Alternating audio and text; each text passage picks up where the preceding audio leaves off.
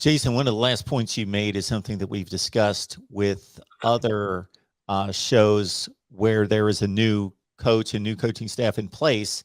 And that's the idea that, okay, there was this sudden change. There was a program that was in limbo in a certain extent because of no head coach for a series of days. And therefore, there were a number of commits that were attached to possibly the previous coaching staff. Or maybe they are more attached to the university, but want to wait and see who the new head coach and coaching staff is going to be, and have either decommitted or are just waiting and seeing. And there being that tenuous time in the gap, where now that a coach is in place, and it's been what, about a week to 10 days that Brent Venables has been the Oklahoma coach.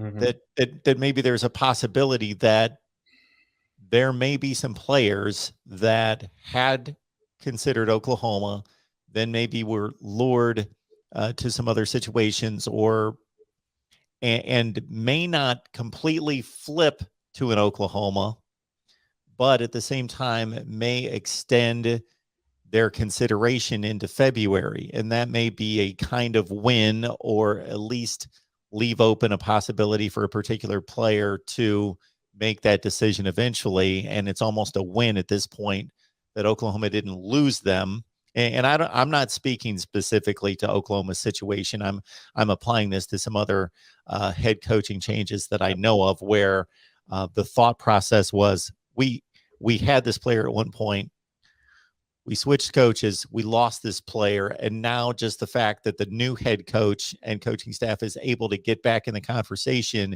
and extend them out maybe through the rest of this week or into February is a positive, that we're back under consideration and they're not signing with anybody else.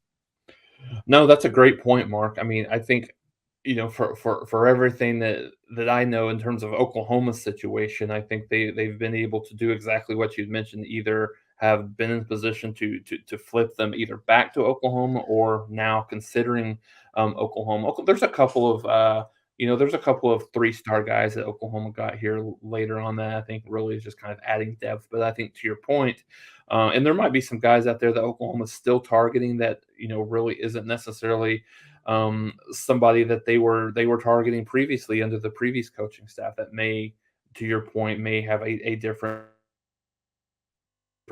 kind of discussion internally in terms of, hey, this might be a situation where I'm looking to maybe just wait it out to the late signing period to see what happens. Like I said, Oklahoma still has a couple of position coaches that they haven't hired yet, so maybe there's some, either on the defensive line or in the secondary type of situation where Oklahoma or some of those kids are waiting to see exactly who those guys are before they make one of these decisions that maybe not necessarily they regret, but they want to make a full, very thought out decision on what's best for them going forward.